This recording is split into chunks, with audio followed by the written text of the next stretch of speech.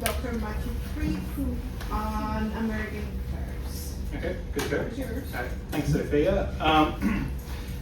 So today I'm presenting my paper entitled The Theory of Tariff Incidence, Alexander Hamilton and His 19th Century Followers.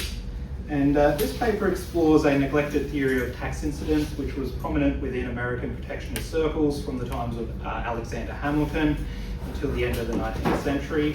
And I think this is significant for two reasons. First, it shows that Hamilton developed what appears to be a novel and distinctly non-Smithian theory of tax incidence. And I'll explain why that matters given the state of the secondary literature in a moment. And second, it shows that Hamilton's followers developed this theory into an analysis of how incidence shifts, tariff incidence shifts depending upon the stage of industrial development. And my claim is that this is a distinct, original, and I would argue a quite sophisticated contribution. And this insight doesn't just matter for the question of tariff incidence in its own right, it also deepens the underlying logic of the infant industry argument, particularly as it relates to protective tariffs. Now, the theory obviously has important implications for the question of who bears the cost of a tariff. Now, even though this has re-emerged as an area of concern, area of public concern more recently, it's far from a new question. Now, the conventional answer of who shoulders the burden of a tariff comes from Adam Smith. In The Wealth of Nations, Smith states that the duties of customs fall with what he calls considerable overcharge upon the consumer, or in other words, that the consumer pays the cost of the tariff. And this is a view that is still popular in many contemporary circles today. Now, what I want to show is that the American Protectionist school, which originated with Alexander Hamilton, rejected this view and established their own alternative theory of tariff incidence. So the theory begins with Hamilton, and it was developed over the course of the 19th century by Daniel Raymond, Buren Denslow, Ellis H, and Henry M. Hoyt. And together they articulated a competition theory of tax incidence, and over time it would be progressively transformed into an analysis of how tariff incidence shifts as industries develop. Now, this matters for both the Hamilton literature and also the history of American economic thought more broadly. In the context of the Hamilton literature, the standard view going back to Charles Franklin Dunbar in 1876 and reiterated by many subsequent scholars is that Hamilton's economics was essentially derivative of Adam Smith. So Hamilton may have differed on policy questions, but he got there by adapting Smithian economics to alternate conclusions. Now, I've been pushing back against that claim, both in an article which was recently published and in my forthcoming book. But even on this question of tax incidence, Hamilton and his followers are at odds with Smith, not merely on a policy level, but in terms of the underlying theory behind the question.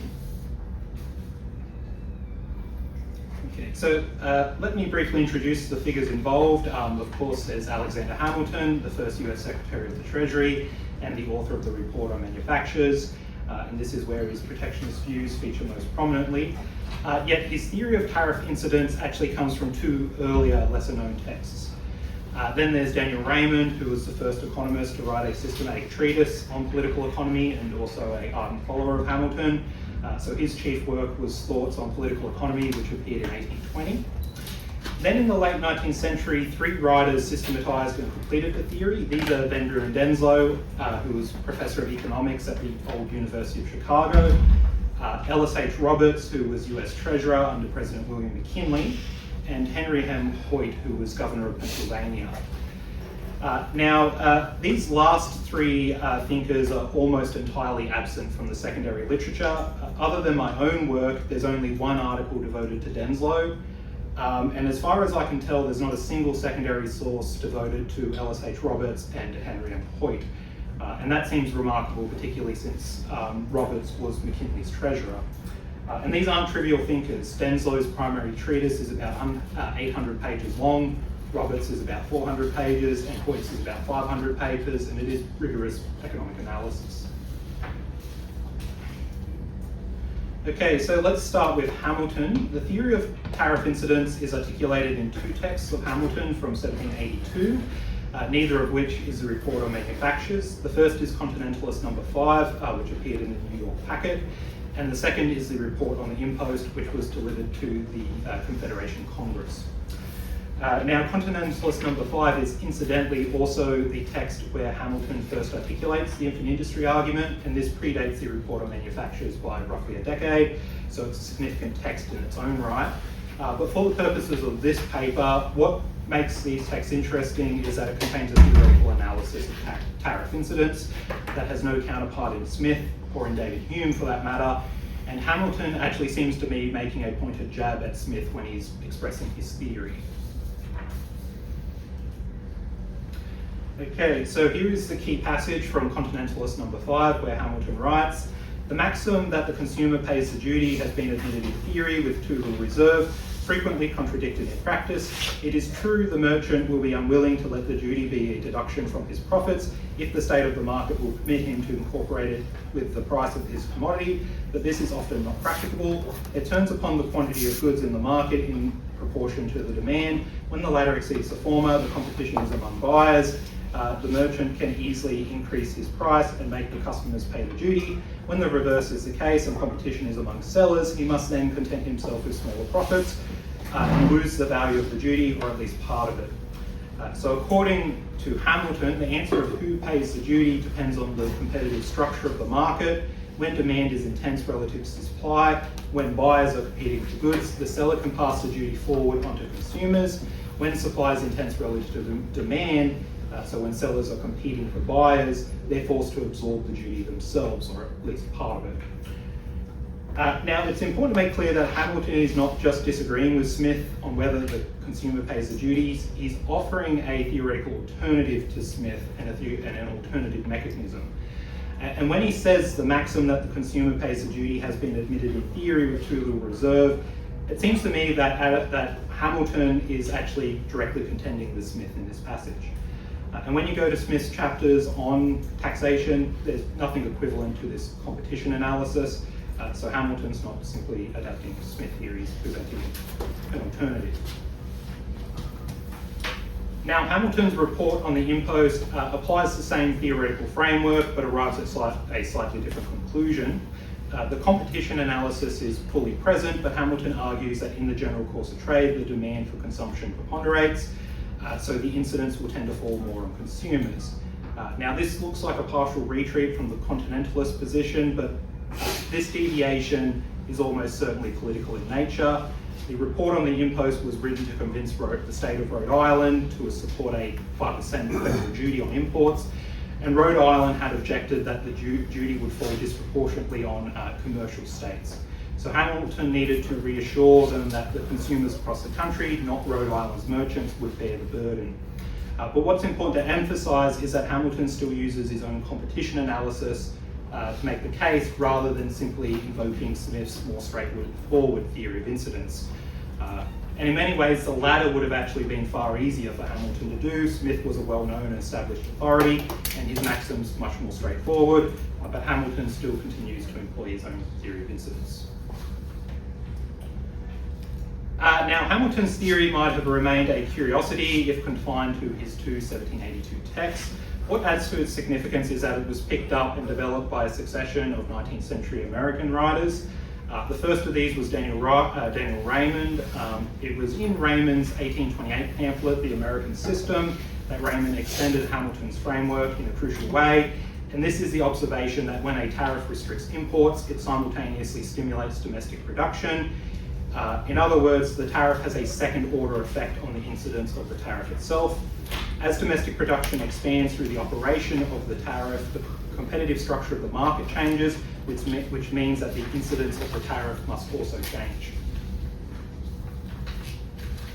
So here is how Raymond puts it: the incidence of an impost for the consumer will be reduced in proportion as the domestic production of the article increases. The tendency of a tariff is to keep the market price at present price by excluding a portion of the foreign article until the domestic supply comes up to the demand. And when this comes to be the case, then prices commence to fall, thereby shifting the incidence away from consumers.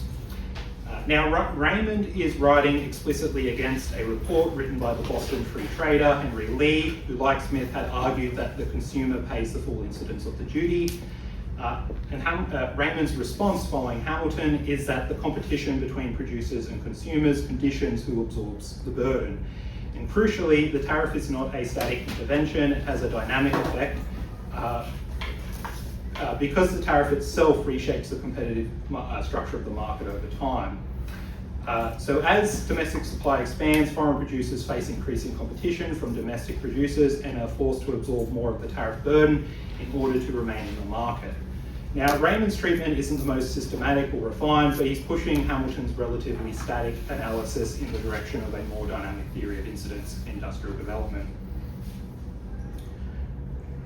So the full development of the theory comes in the 1880s with Buren Denslow, Ellis H.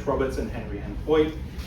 Now, what these three writers did was systematize Hamilton and Raymond's insights into what I've labeled the incidence shifting mechanism. The logic runs like this: when a tariff is first imposed on a foreign good that competes with an infant industry, it creates an artificial scarcity in the market. The tariff limits imports, but domestic industries aren't yet developed enough to supply the full demand. In this situation, competition for purchases among consumers exceeds competition for sales among producers, and so by Hamilton's logic, the incidence of the tariff falls primarily on domestic consumers. Now, an important dimension here is that the tariff is most protective at exactly this point. Foreign producers are shifting the incidence onto domestic consumers, which means purchasing imports is more costly, and this in turn means that producing domestic substitutes is now more profitable. This profitability encourages the expansion of domestic infant industries, but as domestic production expands, the competitive structure of the market shifts, domestic supply increases, eventually approaching domestic demand, eliminating the scarcity originally imposed by the tariff. And as that happens, foreign producers are forced to absorb a growing share of the duty in order to remain competitive. And they're forced to do this because domestic producers aren't subject to the tariff, so foreign producers are placed at a competitive disadvantage unless they absorb the tariff. So here is Buren Denslow in 1883. In the case of every really protective duty, therefore, there is a domestic production which the duty is constantly stimulating into a condition nearly approximating that of fully supplying the demand. When the American supply is wholly or nearly adequate to the American demand, it may nevertheless happen that the duty will be imported, notwithstanding that the American price is no higher than the foreign. In every such case, the foreigner either divides the duty with the American consumer or pays it all. When our customs revenues are in this manner paid by foreigners, they are not a tax on American customers at all. So at the start, the consumer bears the tariffs. At maturity, the foreign producer bears the tariff. And the mechanism that drives this shift is the operation of the tariff itself. The stimulation of domestic production alters the competitive state of the market, forcing foreign producers to shoulder the tariff. And likewise, Roberts, writing in 1884, articulates the general principle even more explicitly. The law of the incidence may be clearly stated. The tendency is first to charge every impost to the final consumer of the commodity affected, but against this tendency acts an increase in the supply relative to demand. The incidence will depend upon the ease and rapidity in which the supply can be increased relative to demand. The operation of the impost magnifies the profits in the branch so affected, and when these profits are carried above average, competition enters, and soon to such an augmentation of supply that the consumer gets the benefit. In other words, the consumer gets the benefit by the foreign producer absorbing the incidence.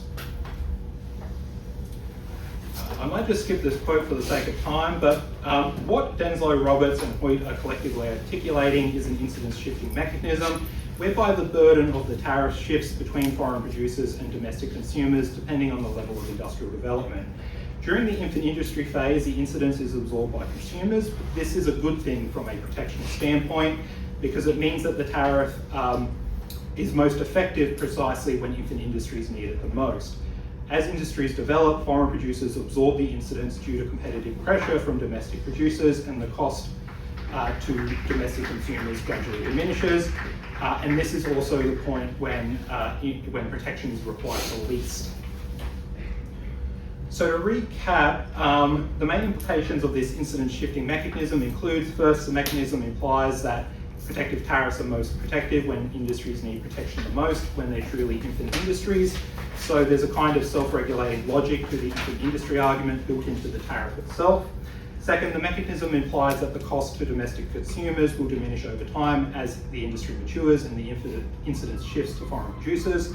And this directly addresses one of the standard objections to protectionism, that it imposes a permanent tax on consumers. These protectionist writers said no, the tax is transitional, it falls increasingly on foreign producers as the protected industry develops. And this fits neatly into the logic, broader logic of the infant industry argument, that being that you incur a short-term cost for long-run development. The incidence shifting mechanism reinforces this logic because there's an inbuilt mechanism which diminishes the cost of the tariff without actually having to repeal the tariff. So to wrap up, sorry that was the wrong slide, but to wrap up, what I've shown today is that there's a distinctive approach in American economic thought, beginning with Hamilton and developed through the 19th century, that offers a genuinely sophisticated treatment of tariff incidence. And to my knowledge, this theory has been completely overlooked in the secondary literature. And speaking of Hamilton and the American Protectionist, my book comes out in August.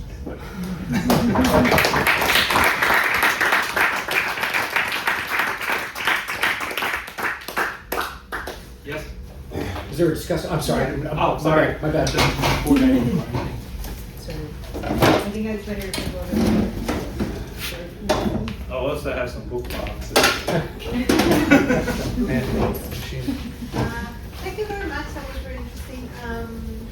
Some discussing. So you explained very well. The paper explains first that Hamilton was opposing the idea of Smith that the tariff falls entirely on the consumer.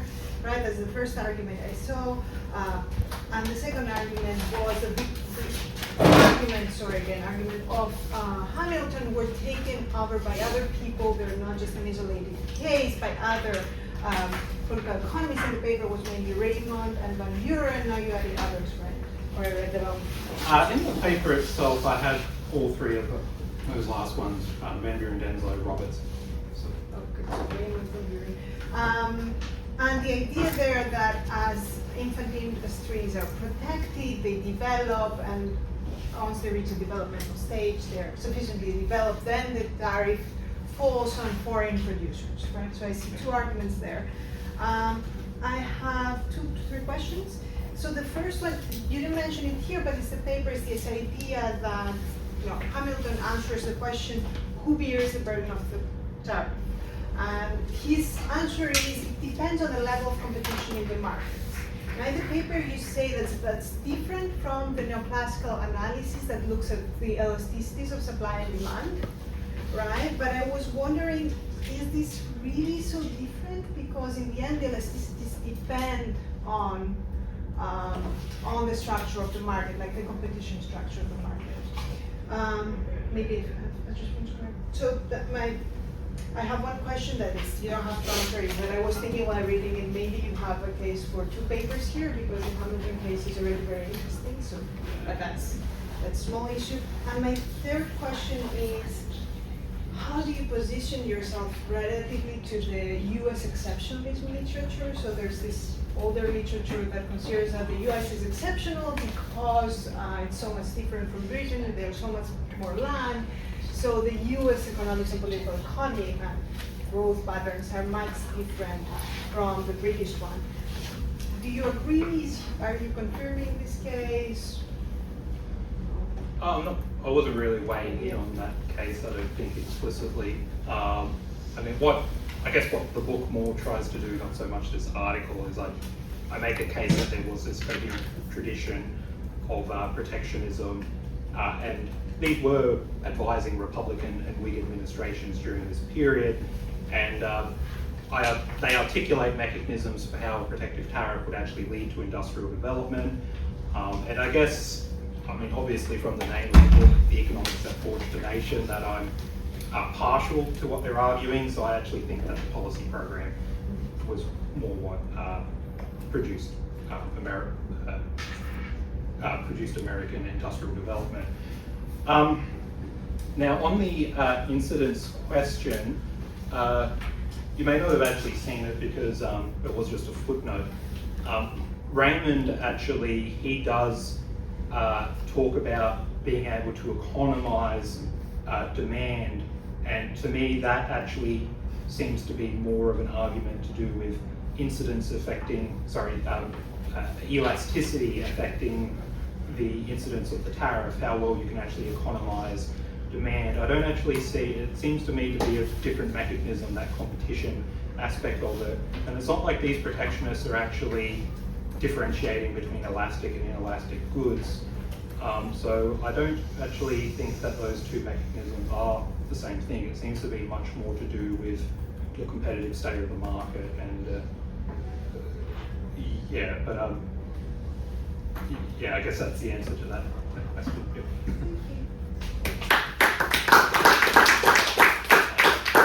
I'll let Sophia adjudicate the. You should never do this. yeah. You should choose your own. You should choose the people that you want to ask questions. You give it up to someone else. So, seconding Sophia's point, if you can split this into two papers, you should do so, just for the sake of more publications. I mean, why not? Is this from the book, or is this something you're publishing separately?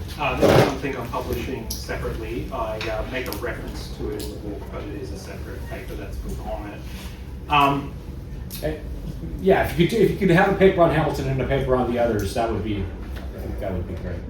Yeah, what I should probably note is that the amount of space that Hamilton does actually spend talking about it in the Continentalist and the report on the Impost, in terms of the actual length of the text, he doesn't spend a huge amount of time on it. Yeah. So I just think in terms of significance, I think what kind of makes it more is how his followers picked it up and developed it.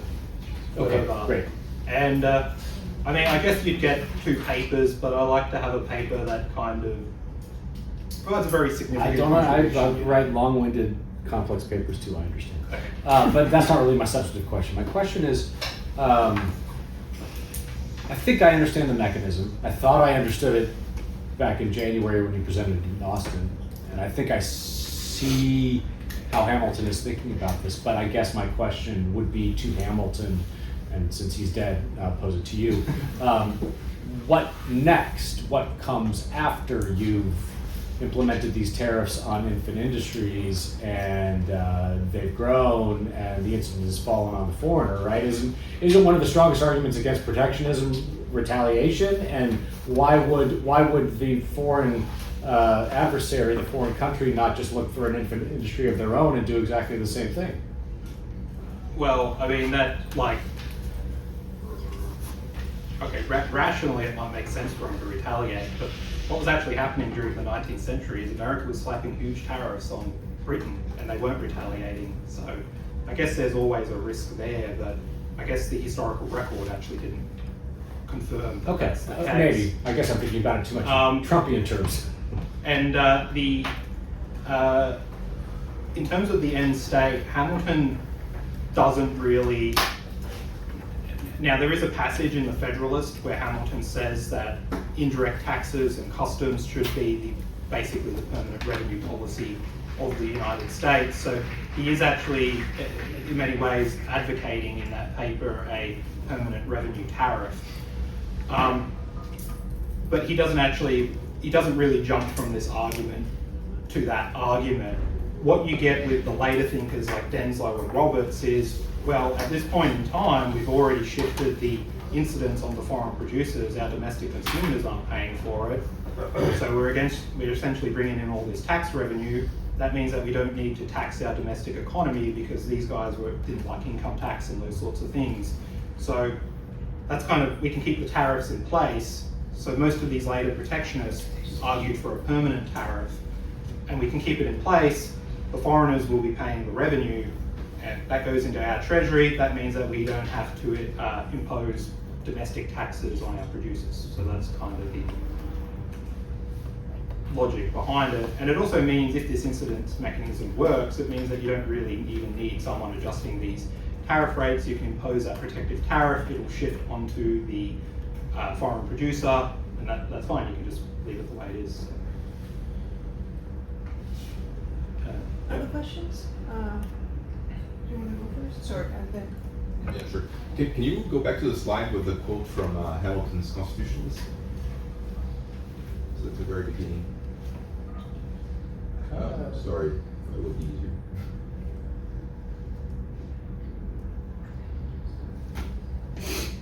That's the one, yeah. So he talks about the maxim that has been admitted in theory with too little reserve and frequently contradicted in practice. So he speaks of this almost if it were like folk wisdom.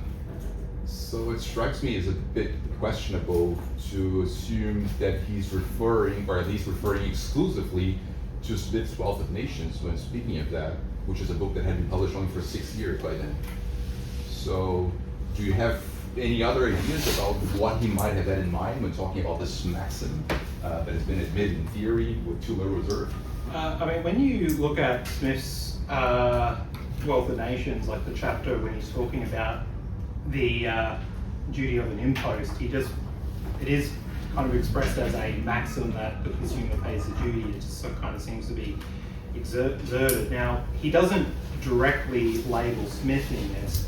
In the Continentalist, he does mention Hume, but that's like a different part of the Continentalist where he's not talking about the tariff incidence. So he doesn't actually explicitly label anyone. I get the sense that he's responding to Smith, because it was a popular work at the time. Hamilton had read Smith.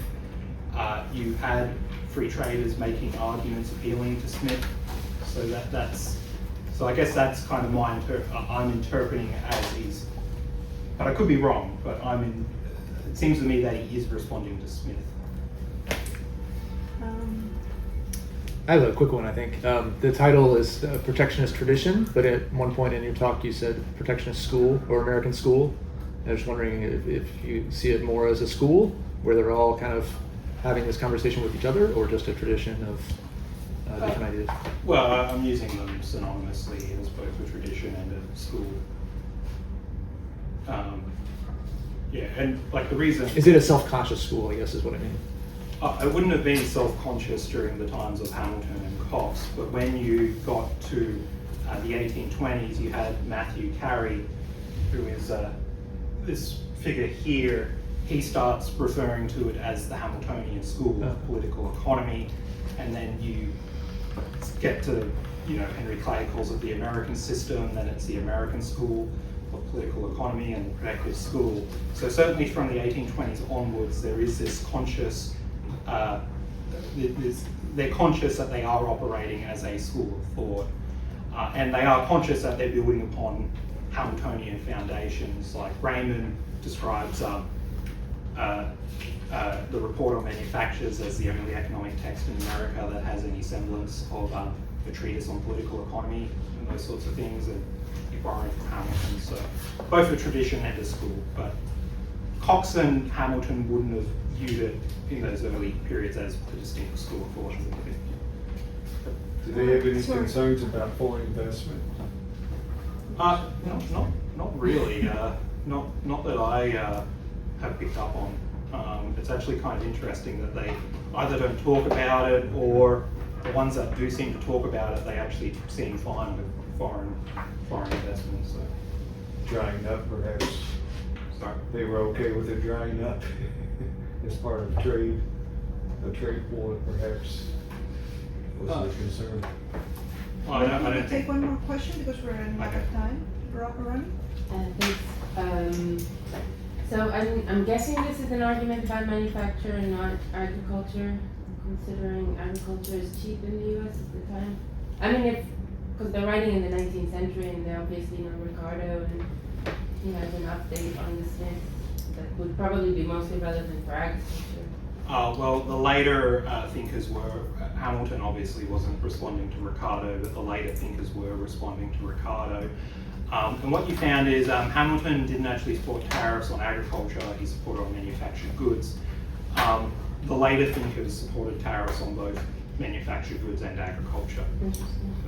And just kind of a bigger question, given the title of your book, does Hamilton speak at all about taxation as a form of state building and not just market or industry building? In terms Of the state financing itself, which are... yeah, he does. So it's a dual. Because that would be very different from Smith. Smith doesn't really care about state building, as far as I recall. Yeah, so yeah, he does talk about using revenue duties and indirect taxation to fund the government. Yeah. Mm-hmm. Any final questions quickly? No? Thank you.